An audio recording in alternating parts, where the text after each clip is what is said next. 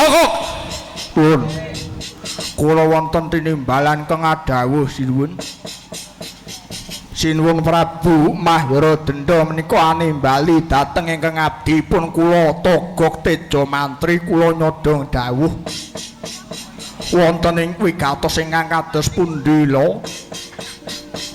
lan kowe mbelung wonten dawuh Bos. Mangertenono. Najan katone yen dideleng jenenge ingsun iki lagi kegidrah seblak sampur jejogetan kowe wong seneng kang tanpa wates ning sejatine jroning atiku iki ngendhem rasa sing nganti tetaunan kang ora bisa tak laleni kok. Nuwun sewu sinuwun. Nuwun sewu. Paduka menika ngendhem raos njur raos menapa ingkang paduka ndhem sinuwun. Lah Nggih to sinuwun. Paduka menika mikir njur sing dipikir niku napa cobi? Wong sembarang niku sarwa enek, sembarang sarwa cemepak. Gelem mikir kudune nggih kula kalih Kang Togong niki lak ya ngono to Kang. lah kok ngono lho. Lah iya. Gelem mikir lek aku karo kowe. Lah piye to Kang? Nyatane awake dhewe iki sarwa repot apa-apa ora enek iki piye? Ngibarate sing arep dipangan wae sesuk wae isih bingung. Jagake tanggapan dhewe sarang-arang ya piye neh Kang ya. Lah iya. Ya ora oleh ngeluh ngono kuwi kabeh kudu dibarengi karo donga lan usaha. Lah iya.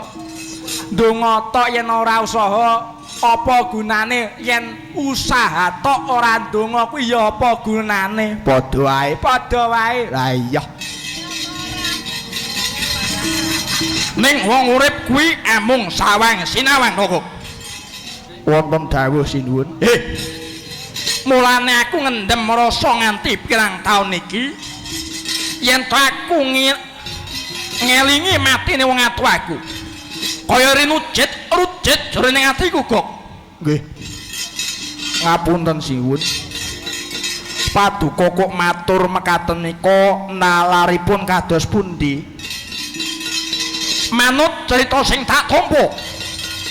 Jare wong atuaku mbiyen matine ora mati lumrah. Nanging ana sing mateni. Apa ya bener kowe mangkono lho kok? Nggih, menika pancen leres. Menika pancen leres sinuwun.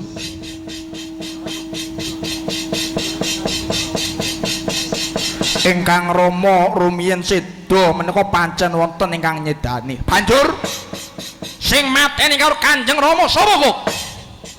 Nggih. Ingkang nyedani Kanjeng Rama mboten wonten malih Sadra Pringgondani ingkang nami Raden Gatotkaca. Raden Gatotkaca. Nggih. Nggih, lakar kados mekaten. Rikala semanten ingkang Rama menika Nalindra giling wesi jejuluk Prabu Kalapracuna. Lah, Prabu Kalapracuna rikala semanten ndaweg gandrung kaliyan mantap saning para widodari ingkang nami Batari Suprabawati. Lajeng ingkang Rama menika minggah wonten ing kahyangan saperlu badhe nglamar widodari Batari Suprabawati kala wau sinuwun. Lah kok emanipun panglamar ingkang Rama menika dipun tampik, dipun tulak kaliyan para Jawata. Wekasan dados perang Bandayuda geger wonten madaning kahyangan. Wekasan para dewa-dewa menika sami lumayu pados jago. Lah rika semanten angsal jago ingkang tesih awujud jabang bayi. Lah jabang bayi menika kaliyan para dewa dipun dus wonten banyu gege. Dicemplungaken wonten kawah candra di muka. dijedi wonten madyaning Kawah Candra Dimuka dipun krocok gaman kadewatan. Boten lebur ning sangsaya subur. Medal saking Kawah Candra Dimuka dados satria gagah pideksa ingkang nami Raden Gatotkaca. Nggih Gatotkaca menika ingkang nyedani kaliyan ingkang Rama. Manawi Paduka kepingin mangertos dedonganipun wis to alon iso kami sosolen iki piye to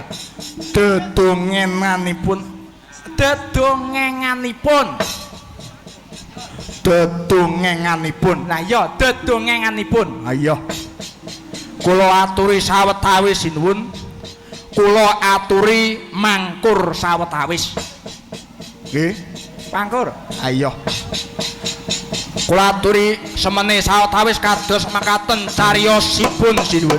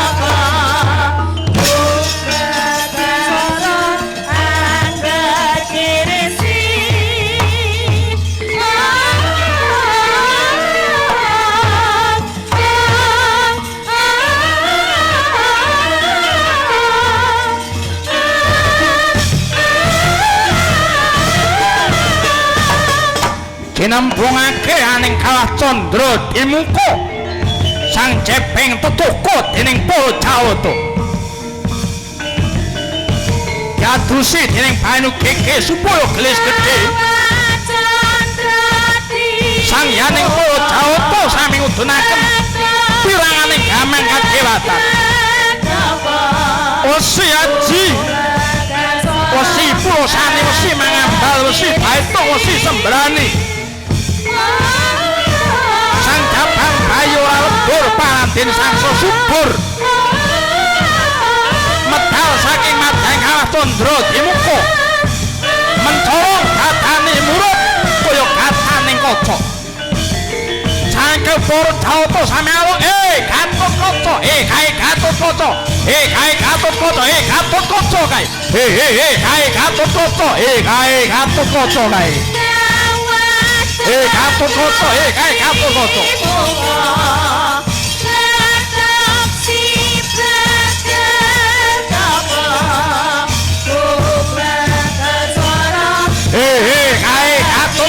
kae Gatut Kaca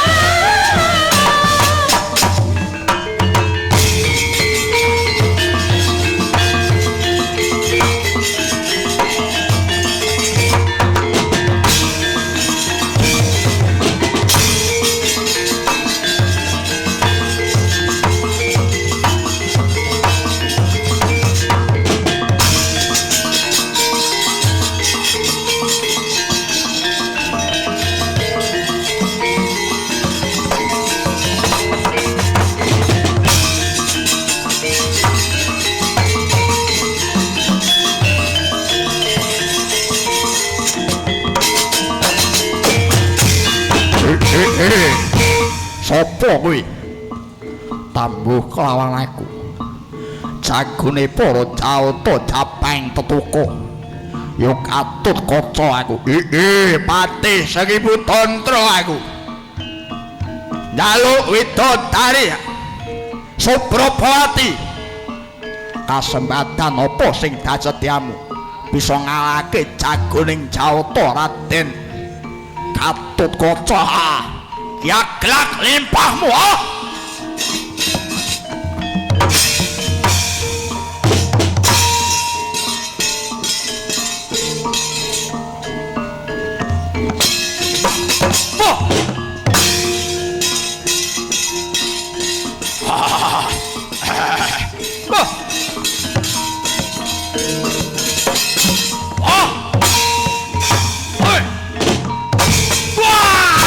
waduh mateng aku.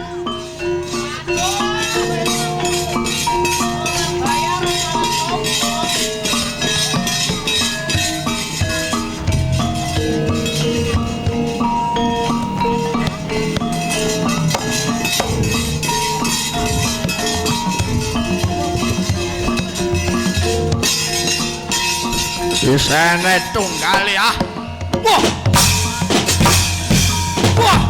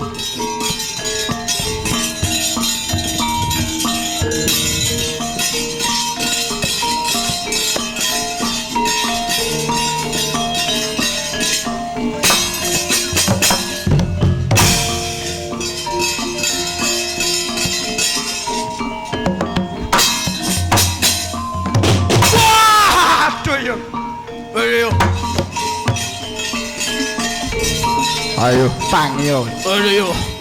Wah.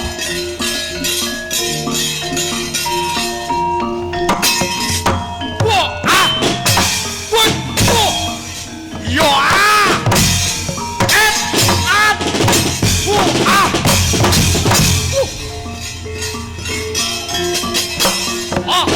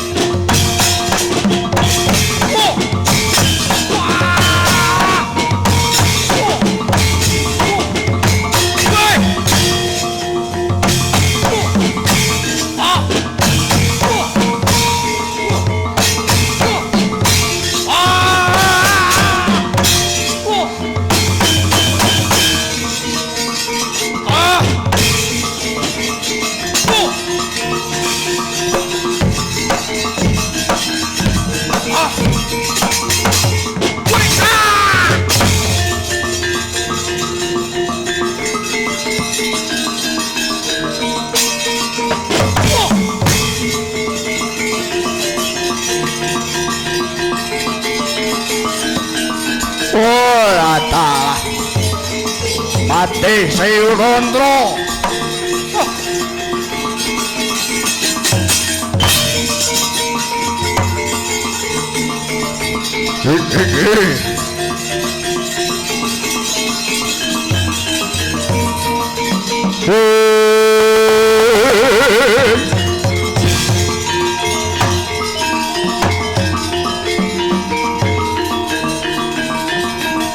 yak sore kagiri-giri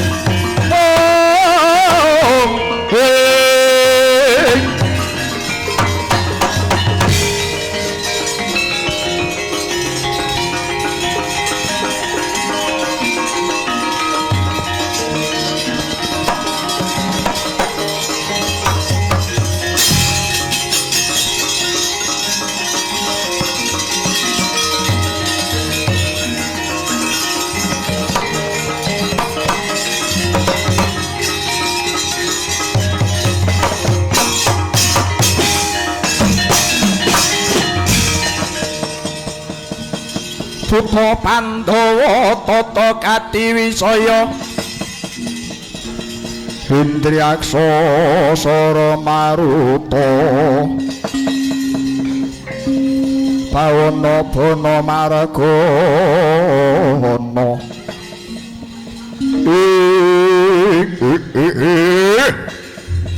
Bojreng-bojreng iblis lanat padha gegojekan olah talah Aku Prabu Kalapracana olah dalah dewa kowe nantang perkara karo aku anggepmu piye jagoning dewa sapa kowe tambuh kelawan aku cepeng tetuko ya Gatotkaca ya dasar Pranyata kowe sing wani mateni karo patihku kang kinasih Patih Sewu Tantra Parat utang loro saur loro utang pati saur pati kowe mari mateni karo patihku kowe sing pateni Parat ibarat wong negara pring-pringan aja pilih sing lempeng-lempeng dongkelane ayo mono Kyake maju ora kelakon dadi alas kobar mbuh dadi kowe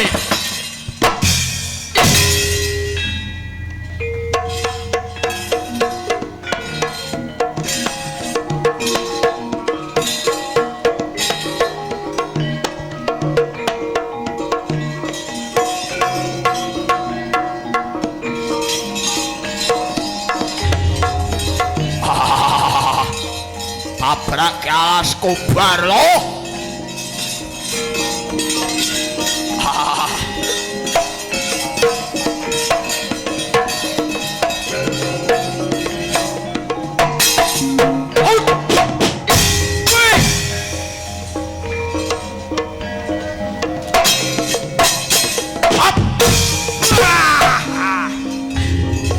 joget ke loh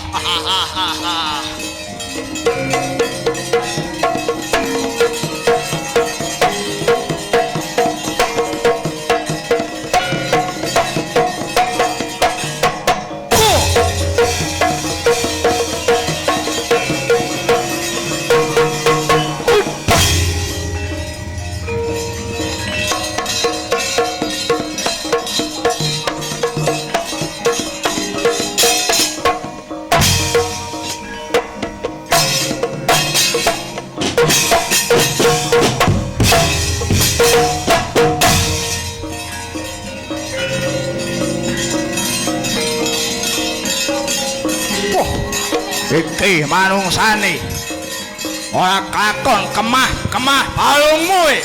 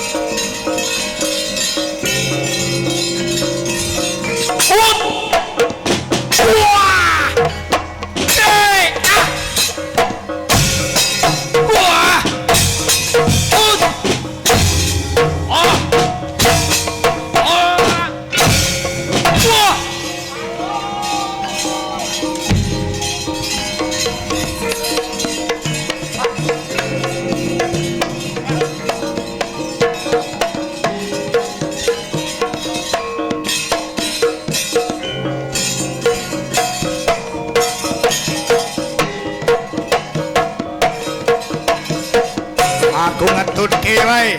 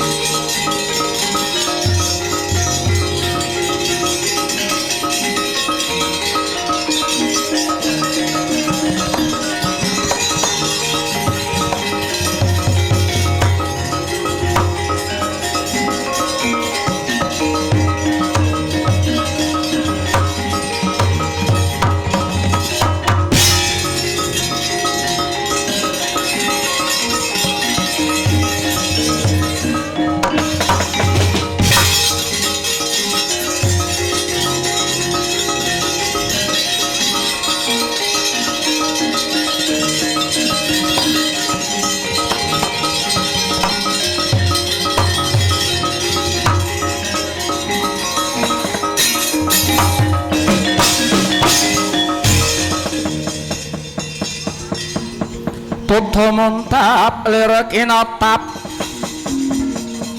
Tukaya sinipi Netra kocak mundar mandir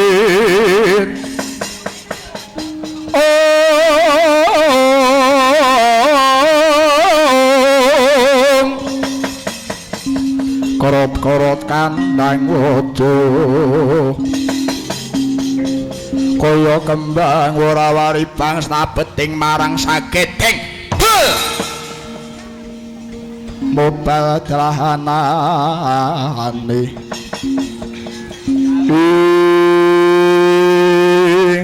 wah sing ngedram rodok gak tanggap lah yo nyar anyar anyar ayo yo gawan baru mekaten menika dedongenganipun sinuwun wah iki mau cerita to yo cerita lah piye kok ruame mentegok lah iya keramen iki mau iki wah iki lagi sak perangan wae iki aku iso nugelke gapit loro iki gek piye iki kesuk pitungane iki Pak Kades tombok Pak Kades ya tombok Pak Kades iya no ya ora iki saku dhewe iya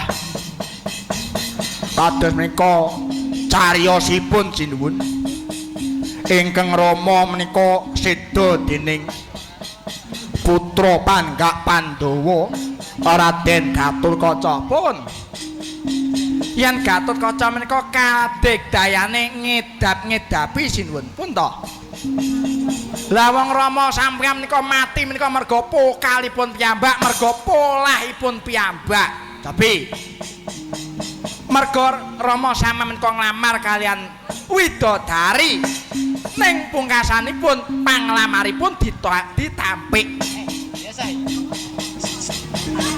mula saking niku Rama sampean pejah pun to teng pundi mawon teng pundi-pundi panggen pundi-pundi papan ndi-ndi nggon wong lanang kok congkrah wong lanang kok tukaran kuwi perkarane mung telu apa kuwi harta tahta lan wanita oh apa lung harta tahta lan wanita ning cara basa Jawa aluse kuwi kursi rukmi lan putri kuwi cara aluse cara halus kursi rukmi putri ning cara balung kulon cara gumuk emas cara puger kuwi duwe dingkle ayo apa teman wanita iki lek omong yo aja aneh akeh bocah cilik sing nonton lah iya teman wanita yo tokok kula wonten tinimbalan kang adawuh ning aku minangka anak lanang anung ndita kudu bisa mikul dhuwur mendem jero kelawan derajate wong tuwa aku kudu bisa malsake hukum patine wong atuaku Kanjeng Rama Prabu Kala Bracana Sargika nggih durung lega rasane atiku yen aku durung bisa malsake hukum patine Kanjeng Rama Kala Bracana pangget-iget rasaku aku pengen nyempal balik Gatotkaca moteng-moteng balunge nyebet kulite ngombe gedhe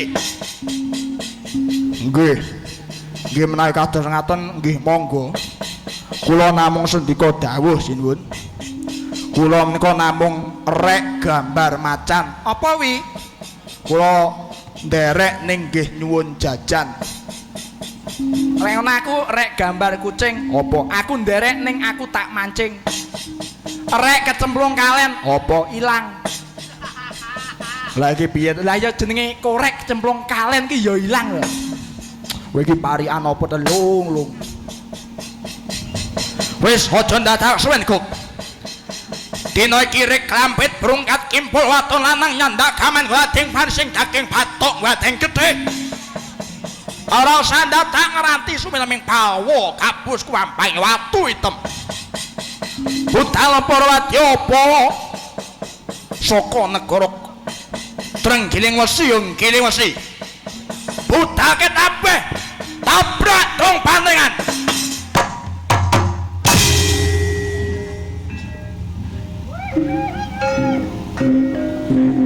Toro dung banteng. Dong banteng. Abah.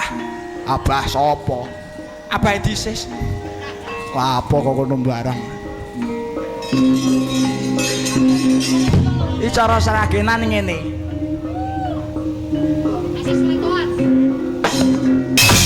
Ngono. Ah iya.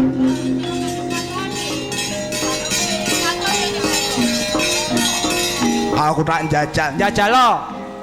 Angel iki. Aku.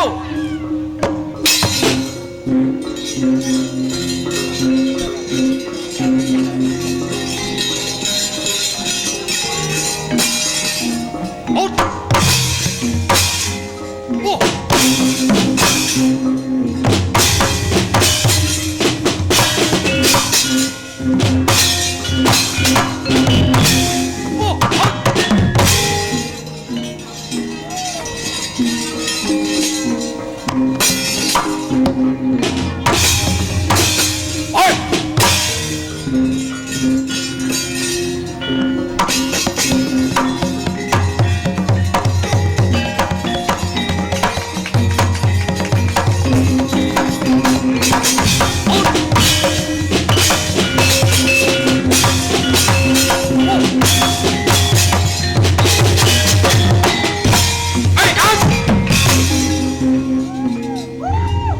Masuk.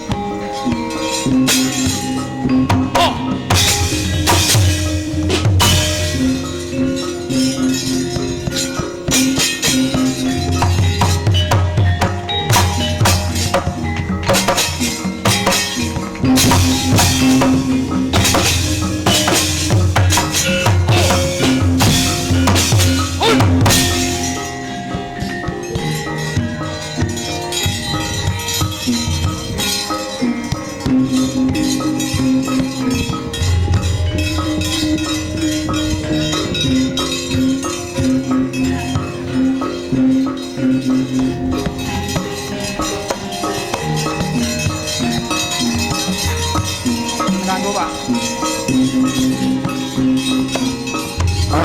Oh masalah.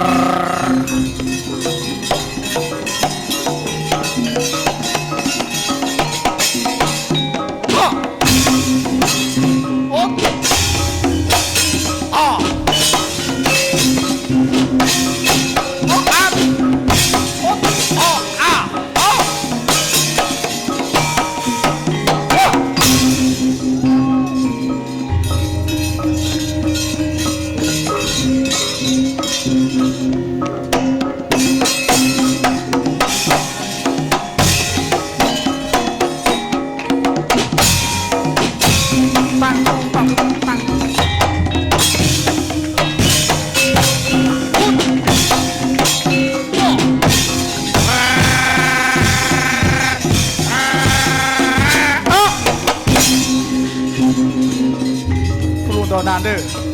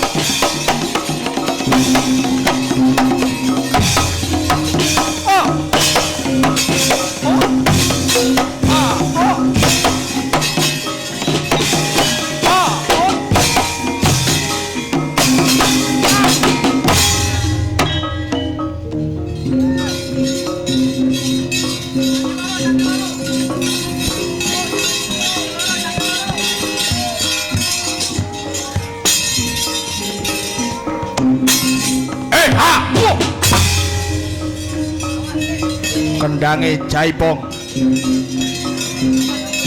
At wong ai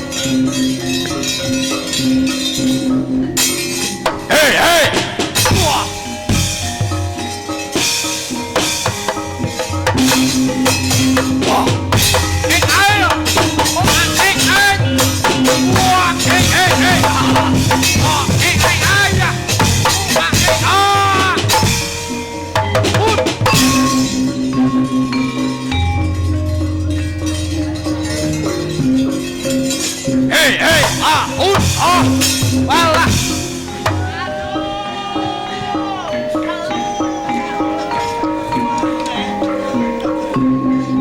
Sawe sungu wis gak wani wis.